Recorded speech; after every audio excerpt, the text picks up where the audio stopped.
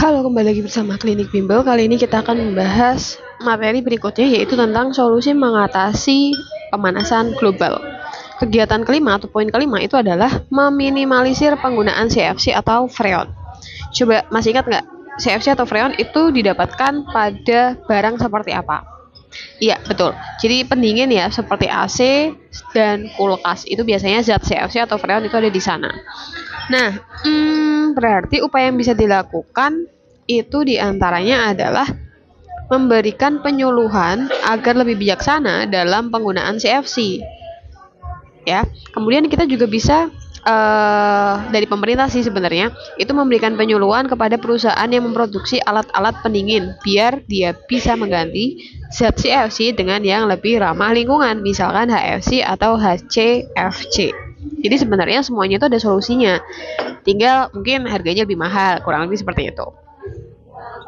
Kemudian di dunia sendiri itu ada badan PBB, salah satu badan PBB namanya UNEP, United National Environment Program, itu melakukan kesepakatan yang diadakan di London, Inggris untuk menyetujui pengurangan produksi CFC hingga 50% pada 1995, udah lama banget ya. Dan pada 1997 penggunaan CFC dikurangi hingga 85%. Kemudian kegiatan keenam yaitu memperbaiki kualitas kendaraan dengan uji emisi gas buang. Jadi uji emisi itu dilakukan untuk mengetahui kondisi kendaraan dalam keadaan prima atau sebaliknya. Karena kalau motor misalkan dia udah rusak gitu ya, itu gas buangannya bisa jadi tidak sempurna. Akhirnya menimbulkan gas polusi yang lebih berbahaya gitu. Kalau misalkan suatu kendaraan kondisinya prima, dia akan menghasilkan gas karbon dioksida. Kemudian untuk mengurangi emisi gas buang pada kendaraan itu bisa digunakan catalytic converter yang dipasang di mobil-mobil. Kemudian catalytic converter itu menjadi peralatan standar bagi semua kendaraan bermotor di negara maju. Nah, catalytic converter itu disebut sebagai katalisator ya. Itu bekerja jika asap dapat mengenai semua permukaan katalis dan bekerja antara temperatur 250 derajat hingga 300 derajat. Catalytic converter itu dapat mempercepat terjadinya proses pembakaran sisa-sisa hidrokarbon, karbon monoksida, dan karbon dan oksigen nitrogen yang biasanya masih terdapat pada gas buang kendaraan bermotor. Ya, jadi kayak semacam ya dikompres atau difilter lah, kurang lebih seperti itu. Kenapa? Karena ketika gas buang tersebut kemudian ditempelkan catalytic converter atau ada catalytic converter, itu gasnya akan mengalami proses kimia secara oksidasi dan reduksi akibat adanya penambahan oksigen dan temperatur tinggi. Nah, proses pembakaran sisa hidrokarbon, karbon monoksida, dan oksida nitrogen yang masih terdapat pada gas buang sewaktu melewati katalisator itu akan berubah menjadi senyawa yang stabil berupa CO2, senyawa air, senyawa N2, dan O2 tentunya. Jadi dengan adanya catalytic converter pada saluran gas buang, emisi gas buang yang merupakan zat kimia berbahaya seperti HC, CO, dan NOx itu dikonversi menjadi zat kimia yang tidak berbahaya. Nah, catalytic converter sendiri itu bisa mengurangi emisi CO sebesar 24,24% dan CO2 sebesar 20,45%. Di antara bahan katalis sebagai catalytic converter, jenis logam yang diketahui efektif sebagai oxidation catalyst yaitu ada platinum, plutonium, palladium, tembaga, vanadium, besi, kobalt, nikel, mangan, kromium, dan oksida dari logam-logam tersebut. Selanjutnya, poin berikutnya itu adalah mengelola sampah. Sampah itu menjadi masalah serius dalam kehidupan keseharian manusia karena bisa kita lihat bahwa setiap rumah tangga itu menghasilkan sampah yang tidak sedikit ya. Jadi, di mana sampah itu nanti kan menghasilkan gas metana. Akhirnya apa? Ya, dia menjadi salah satu penyebab dalam pemanasan global. Selain itu, sampah itu juga bisa mencemari lingkungan. Selain berefek ke pemanasan global, dia juga mencemari lingkungan air, tanah, dan udara. Nah, gimana sih cara untuk mengelola sampah? Jadi diantaranya, yang pertama kita harus mengubah atau mengkategorikan ya.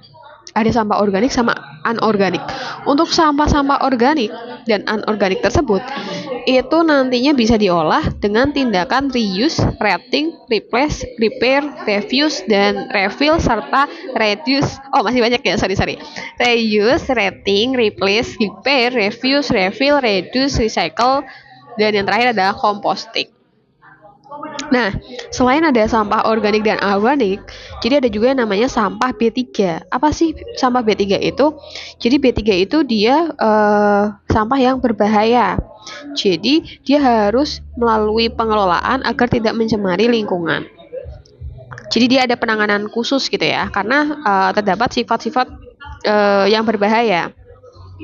Di mana proses pengolahan limbah B3 itu bisa dilakukan secara kimia, fisika, atau biologi. Proses pengolahan limbah B3 secara kimia atau fisika kita coba jabarkan. Jadi ada stabilisasi atau solidifikasi, yaitu proses pengubahan bentuk fisik dan sifat kimia dengan menambah bahan pengikat, ditambah bahan pengikat atau senyawa bereaksi tertentu untuk memperkecil atau membatasi pelarutan, pergerakan, atau penyebaran daya racunnya. Contoh bahan yang bisa digunakan pada proses stabilisasi itu ada semen, kapur, dan bahan termoplastik. Kemudian ada yang namanya metode insinerasi atau pembakaran. Itu dapat diterapkan untuk memperkecil volume B3 tujuannya. Tetapi saat melakukan pembakaran perlu dilakukan pengontrolan ketat agar gas beracun hasil pembakaran itu tidak mencemari udara. Betul. Kemudian ada netralisasi, yaitu reaksi antara asam basa yang menghasilkan air dan garam. Dalam pengolahan air limbah, pH diatur antara 6 sampai 9,5. Di luar kisaran pH tersebut, air limbah masih bersifat korosif. Jadi harus sekitar ini ya pH-nya ya. Kemudian ada presipitasi, yaitu pengurangan bahan-bahan terlarut dengan cara menambahkan senyawa kimia tertentu yang larut dan dapat menyebabkan terbentuknya padatan. Cara ini digunakan untuk menghilangkan logam berat, sulfat, senyawa fluorida, dan juga fosfat. Kemudian kalau pengolahan secara biologi itu melalui bioremediasi, penggunaan bakteri dan mikroorganisme untuk mendegradasi atau mengurai limbah B3. Sementara fitomediasi itu penggunaan tumbuhan untuk mengabsorpsi dan mengakumulasi bahan-bahan beracun dari tanah. Proses biomediasi dan fitoremediasi itu merupakan proses alami sehingga membutuhkan waktu yang relatif lebih lama. Kalau tadi yang kimia fisika kan buatan ya. Nah, selain itu karena menggunakan makhluk hidup, proses ini dikhawatirkan dapat membawa senyawa-senyawa beracun ke dalam rantai makanan dalam ekosistem. Jadi ada minusnya juga ternyata ya. Oke, kemudian kegiatan ke-8 itu adalah mematuhi kesepakatan dunia tentang penanganan pemanasan global. Di antaranya apa? Itu ada Intergovernmental Panel on Climate Change atau IPCC. IPCC itu adalah badan terkemuka yang terdiri dari ilmuwan pakar internasional dengan tugas menganalisis perubahan iklim di bumi dan menyarankan tindakan penanggulangannya. Jadi khusus tuh dia mencermati tentang itu. Kemudian ada protokol Kyoto, yaitu persetujuan negara-negara industri untuk mengurangi emisi gas rumah kaca secara kolektif sebesar 5,2%. Oke, dari tahun 1990 ya, tujuannya untuk mengurangi rata-rata emisi gas rumah kaca. Kemudian target penurunan emisi ini dikenal dengan nama Quantified Emission Limited and Reduction Commitment atau disingkat sebagai KELROS. Itu adalah pokok permasalahan dalam seluruh urusan protokol Kyoto.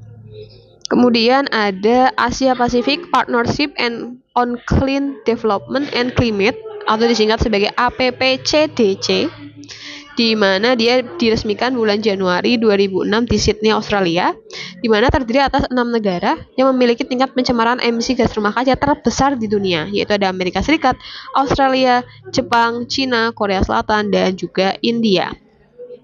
Nah, 6 negara tersebut itu telah menghasilkan hampir dari setengah dari gas rumah kaca di dunia. Wah, ini gede banget ya.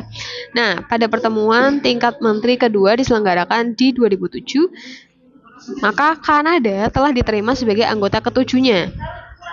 di mana APPCDC itu mengungkapkan bahwa program nasional mereka untuk mengurangi emisi gas rumah kaca akan membantu pihak organisasi dari Protokol Kyoto dalam menangani pemanasan global. Kemudian APPCDC itu juga menggandeng pihak swasta dalam mengatasi pemanasan global dan perubahan iklim dunia dengan cara mengembangkan teknologi baru yang dapat mengurangi gas rumah kaca. Kemudian ada kesepakatan perubahan iklim Paris atau Conference of Parties, disingkat sebagai COP. Dia digelar pada 2015 dan berakhir pada 2015 juga di 1 bulan setelahnya. Nah, di mana ini tuh acara dihadiri oleh 195 negara, menghasilkan kesepakatan Paris atau Paris Agreement sebagai pengganti Protokol Kyoto untuk memerangi dampak perubahan iklim. Kesepakatan Paris merupakan kesepakatan internasional mengikat sebagai komitmen bersama dunia untuk melakukan pengurangan emisi gas rumah kaca yang diberlakukan setelah 2020. Betul. Kemudian pada Paris Agreement ini menyebutkan negara-negara dunia berkomitmen menjaga ambang batas kenaikan suhu bumi di bawah 2 derajat dan berupaya menekan hingga 1,5 derajat Celcius.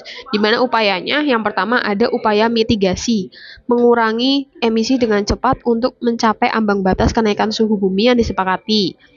Kemudian ada sistem perhitungan karbon dan pengurangan emisi secara transparan, upaya adaptasi dengan memperkuat kemampuan negara-negara mengatasi dampak perubahan iklim, memperkuat upaya pemulihan kerusakan, bantuan yang meliputi pendanaan bagi negara-negara untuk membangun ekonomi hijau dan juga berkelanjutan. Kurang lebih seperti itu adalah solusi untuk menekan pemanasan global.